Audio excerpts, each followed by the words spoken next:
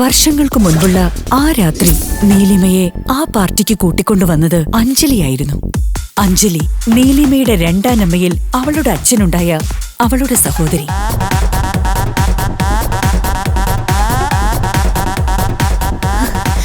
ചേച്ചി ഒരു ഡ്രിങ്ക്സ് എടുക്കട്ടെ? വേണ്ട, എന്നാലൊരു സോഫ്റ്റ് ഡ്രിങ്ക് ആയാലോ? ഹോട്ടലിൽ നടന്ന പാർട്ടിയിൽ സോഫ്റ്റ് ഡ്രിങ്ക്സ് എന്ന് പറഞ്ഞ് ലഹരി കലർത്തിയൊരു പാനീയം നീലിമയ്ക്ക് കൊടുത്തതും ബോധം പോയ നീലിമയെ അവളെപ്പോലെ തന്നെ ബോധമില്ലാതെ കിടക്കുകയായിരുന്ന ഏതോ ഒരുത്തന്റെ മുറിയിലേക്ക് തള്ളിയിട്ടതും അഞ്ജലിയായിരുന്നു. തങ്ങളെക്കാൾ വലിയൊരു പണക്കാരനെയാണ് നീലിമ കല്യാണം കഴിക്കാൻ പോകുന്നത് എന്നറിഞ്ഞപ്പോൾ മുതൽ ശ്വാസം മുട്ടിയാണ് അഞ്ജലിയും അവളുടെ അമ്മ സത്യഭാമയും അഞ്ജലിയുടെ വീട്ടിൽ കഴിഞ്ഞിരുന്നത്. ആദിയുടെയും നീലിമയുടെയും വിവാഹം നടത്തരുതെന്ന് അവർ അന്ന് തന്നെ ഉറപ്പിച്ചിരുന്നു. അതിനായി അമ്മയും മകളും ചേർന്നുണ്ടാക്കിയ പ്ലാനാണ് അവർ കരുതിയതിനേക്കാളും വലിയ രീതിയിൽ ഇപ്പോൾ സക്സസ് ആയിരിക്കുന്നത്.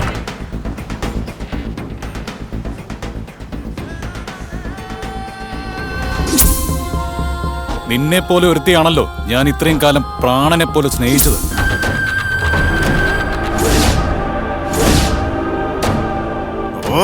മതി, ഒന്ന് നിർത്താവോ? ഈ ഒരുമ്പെട്ടവള് കാരണം എന്റെ കുടുംബത്തിന്റെ മാനം തന്നെ അങ്ങ് പോയി.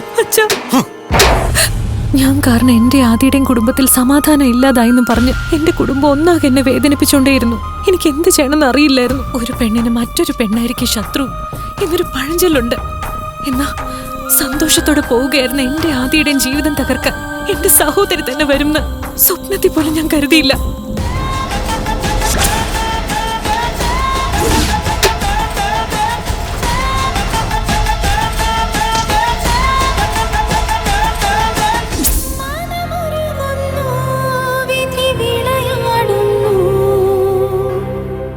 വീട്ടിൽ നിന്നും പടിയടച്ച് പിണ്ടം വെച്ചതുപോലെ എന്നെ ലണ്ടനിലേക്ക് പറഞ്ഞുവിടാൻ എല്ലാവരും കൂടി ചേർന്ന് തീരുമാനിച്ചു.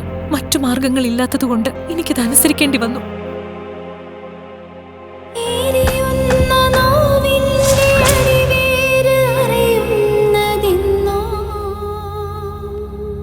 എന്റെ 7ാമത്തെ വയസ്സിലാണ് അമ്മ മയൂരി മരിച്ചത്. അധികം നാൾ കഴിയും മുൻപ് അച്ഛൻ മാലിന്യാന്റെ വിവാഹം കഴിച്ചു. അതിന് അയാൾ എല്ലാവരോടും പറഞ്ഞ കാരണം മായയ്ക്കൊരമ്മ വേണമെന്നായിരുന്നു. ആദ്യകാലങ്ങളിൽ എന്റെ അമ്മയായി മാലിനി നന്നായി അഭിനയിച്ചിരുന്നു. കുറച്ചുനാൾ കഴിഞ്ഞപ്പോൾ അവരൊരു രണ്ടാനമ്മയെ പോലെ വീടിന്റെ ഭരണം ഏറ്റെടുത്തു. ദിവസങ്ങൾ കടന്നു. അച്ഛനും അമ്മയ്ക്കും മറ്റൊരു കുഞ്ഞുണ്ടായി, എന്റെ സഹോദരി മൃദുല. ഞാൻ മൃദുലയേക്കാൾ സുന്ദരിയാണെന്ന് പറഞ്ഞുകൊണ്ടായിരുന്നു ഉപദ്രവിക്കാറ്. അങ്ങനെ എനിക്ക് 18 വയസ്സായി. പെട്ടെന്നാണ് ഞാൻ എൻ്റെ ശരീരത്തിലുണ്ടായ പുതിയ മാറ്റങ്ങൾ ശ്രദ്ധിച്ചത്. ഞാൻ നന്നായി തടി വെച്ചു. ശരീരവും മുഖവും ആകെ വൃത്തിയില്ലാതെയായി. എനിക്ക് വലിയ തോതിൽ ഹോർമോൺ ചേഞ്ചസ് ഉണ്ടായതായിരുന്നു കാരണം. എൻ്റെ ഭാരം ഒരു 80-90 കിലോ വരെ കൂടി. പിന്നീടാണ് ഞാൻ ആ സത്യം അറിഞ്ഞത്. മാലിന്യാന്റിയായിരുന്നു എല്ലാത്തിനും കാരണം. എനിക്ക് തരുന്ന ഭക്ഷണത്തിലും ജ്യൂസിലും ഒക്കെ അവർ ഹോർമോൺ ഇംബാലൻസ് ഉണ്ടാക്കുന്ന മരുന്നുകൾ ചേർത്തിരുന്നു. കോളേജിൽ പോകുമ്പോഴൊക്കെ എല്ലാവരും എൻ്റെ ശരീരം കണ്ട് കളിയാക്കും. ബോയ്സ് ഒന്നും എന്നോട് മിണ്ടാൻ പോലും തയ്യാറാകുമായിരുന്നില്ല. എനിക്കൊരു പ്രേമമോ ബോയ് ഫ്രണ്ടോ ഒന്നും തന്നെ ഇല്ലായിരുന്നു. ഒരു ദിവസം അച്ഛൻ എന്നെ വിളിച്ച് കല്യാണത്തെക്കുറിച്ച് സംസാരിച്ചു. എനിക്ക് ആദ്യമൊന്നും താല്പര്യമില്ലായിരുന്നു. അപ്പോഴാണ് അച്ഛൻ അയാളുടെ ഫോട്ടോ എന്നെ കാണിച്ചത്. അതായിരുന്നു അജയ് മേനോൻ, കാരാട്ട് വിശ്വനാഥ മേനോന്റെ മകൻ. അവരിങ്ങോട്ട് കൊണ്ടുവന്ന പ്രപ്പോസലാണെന്ന് അച്ഛൻ പറഞ്ഞു. എനിക്ക് വിശ്വസിക്കാൻ കഴിഞ്ഞില്ല. ഞാൻ വിചാരിച്ചത് ഇതോടെ എൻ്റെ ജീവിതത്തിലെ നല്ല കാലം തുടങ്ങാൻ പോവുകയാണെന്നാണ്. അങ്ങനെ ഞങ്ങളുടെ വിവാഹ ദിവസം വന്നെത്തി. ഒരുപാട് പ്രതീക്ഷകളോടെ കതിർ മണ്ഡപത്തിലേക്ക് ഞാൻ കാലെടുത്ത് വെച്ചു. എന്നാൽ അന്നത്തെ ആ സംഭവം എൻ്റെ ജീവിതം വേരോടെ തന്നെ തകർത്തെറിഞ്ഞു. ലോകത്ത് ഒരു പെണ്ണിനും സഹിക്കാനോ വിശ്വസിക്കാനോ കഴിയാത്ത ആ കാര്യം എൻ്റെ ജീവിതത്തിൽ നടന്നു. എന്തായിരുന്നു ആ ദിവസം മായയുടെ ജീവിതത്തിൽ സംഭവിച്ചത്?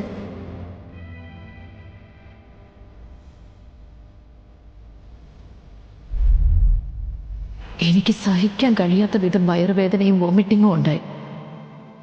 ഡോക്ടറെ കാണിച്ചപ്പോൾ അവർ പറഞ്ഞത് കേട്ട് ഞാനും അച്ഛനും ഒരേ സമയം ഞെട്ടി. നിങ്ങൾ 4 മാസം ഗർഭിണിയാണ്. പിന്നെ ഈ അവസ്ഥയിൽ അബോർഷൻ ഒരിക്കലും പോസിബിൾ അല്ല. എനിക്ക് എന്ത് ചെയ്യണമെന്ന് അറിയില്ലായിരുന്നു. അച്ഛൻ എന്നോട് ദേഷ്യപ്പെട്ട് ഇറങ്ങിപ്പോയി. അച്ഛനെ എങ്ങനെ പറഞ്ഞ് സമാധാനിപ്പിക്കണമെന്ന് മനസ്സിലാവുന്നില്ല. വിവാഹം കഴിഞ്ഞ് ഏതാനും മണിക്കൂറുകൾക്കുള്ളിൽ ഞാൻ എങ്ങനെ പ്രഗ്നന്റ് ആകാനാണ്? അതോ 4 മാസം? എന്താണ് എനിക്ക് സംഭവിച്ചതെന്ന് എനിക്ക് തന്നെ മനസ്സിലാകുന്നില്ല. ആരും ഞാൻ പറയുന്നത് വിശ്വസിക്കുന്നുമില്ല.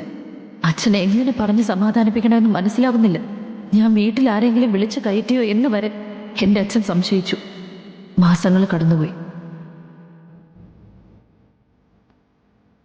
ഞാൻ പ്രസവിച്ചു. പൂ പോലെയുള്ള 2 ഓമന കുഞ്ഞുങ്ങൾക്ക് ഞാൻ ജന്മം നൽകി.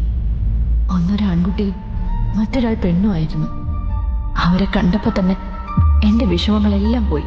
എന്നാൽ അന്ന് രാത്രി മറ്റൊരു സംഭവം ഉണ്ടായി. രാത്രിയിൽ മുഖം മൂടിയാണെങ്കിൽ ഒരു മനുഷ്യൻ എൻ്റെ കുഞ്ഞുങ്ങളെ മോഷ്ടിക്കാനായി വന്നു.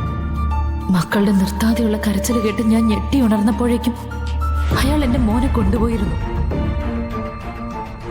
എനിക്കെൻ്റെ മോനെ മാത്രമേ തിരിച്ചു കിട്ടിയുള്ളൂ. ഏതൊരമ്മയ്ക്കും താങ്ങാൻ പറ്റുന്നതിലും അപ്പുറമായിരുന്നു ആ രാത്രി. പിന്നീട് പലതും സംഭവിച്ചു. വീട്ടിലുള്ള കുറ്റപ്പെടുത്തലുകളും അവഹേളനങ്ങളും സഹിക്കാൻ വയ്യാതെ ലണ്ടനിലുള്ള ചിറ്റയുടെ വീട്ടിലേക്ക് ഞാനും മോനും താമസം മാറി. ആരും തന്നെ ഞാൻ എവിടെ പോകുന്നെന്ന് അന്വേഷിച്ചില്ല. ഞങ്ങളുടെ പുതിയൊരു ജീവിതം ലണ്ടനിൽ ആരംഭിച്ചു. നീണ്ട 5 വർഷങ്ങൾ അപ്പോഴേക്കും കടന്നുപോയിരുന്നു. നീലിമയുടെ ജീവിതത്തിലും ഒരുപാട് മാറ്റങ്ങൾ സംഭവിച്ചു. അന്നത്തെ രാത്രിയിൽ നടന്ന ചതിയുടെ സമ്മാനമായി നീലിമയ്ക്കൊരു മകൻ ജനിച്ചിരുന്നു, അശ്വിൻ എന്ന അച്ചു. അച്ചുവിന് ഇന്ന് 4 വയസ്സാകുന്നു. കുസൃതി കുടുക്കയായ അവനാണ് നീലിമയുടെ സ്ട്രെസ് ബെസ്റ്റ്.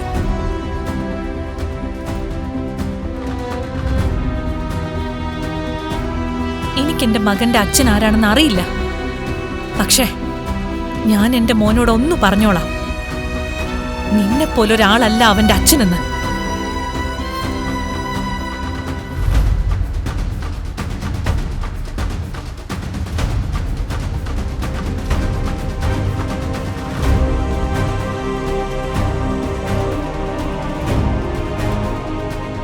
എല്ലാ ദിവസവുമുള്ള കഠിനമായ ഹാർഡ് വർക്കും ഡയറ്റും കൊണ്ട് ഞാൻ എൻ്റെ ഭാരം കുറച്ചു.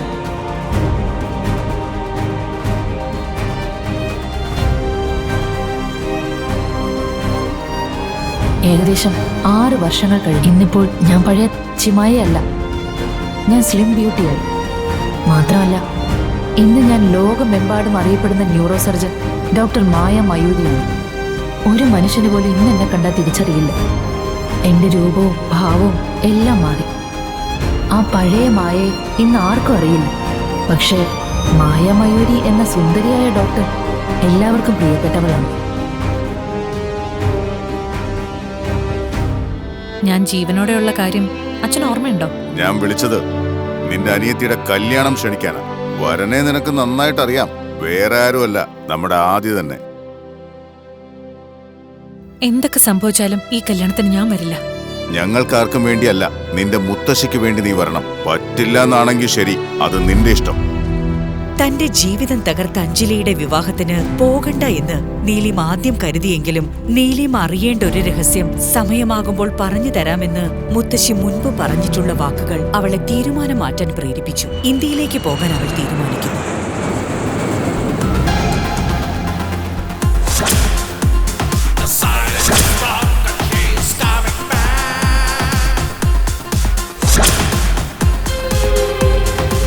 അമ്മേ, എനിക്കൊന്ന് വാഷ്റൂം പോകണം. വേഗം പോയിട്ട് വരണം കേട്ടോ. ഇതൊന്നും കേട്ടിട്ട് ഞാൻ പേടിക്കില്ലെന്ന് കേശവന്മാരെ വിളിച്ച് പറഞ്ഞേക്ക്. ഒരുപാട് ശത്രുക്കളെ ഫേസ് ചെയ്തിട്ട് തന്നെയാ ഞാൻ ഈ സാമ്രാജ്യം കെട്ടിപ്പൊക്കിയത്.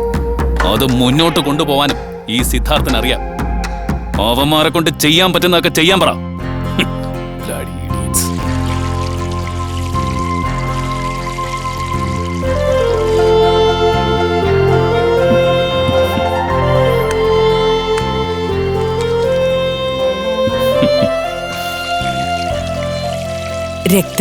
രക്തത്തെ തിരിച്ചറിയുന്ന നിമിഷങ്ങളായിരുന്നു അത്.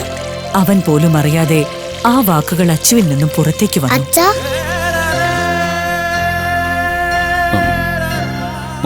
മോനെന്തെങ്കിലും പറഞ്ഞു? എന്റെ അച്ഛനല്ലേ? എനിക്കറിയാം എന്റെ അച്ഛൻ തന്നെയാണെന്ന്.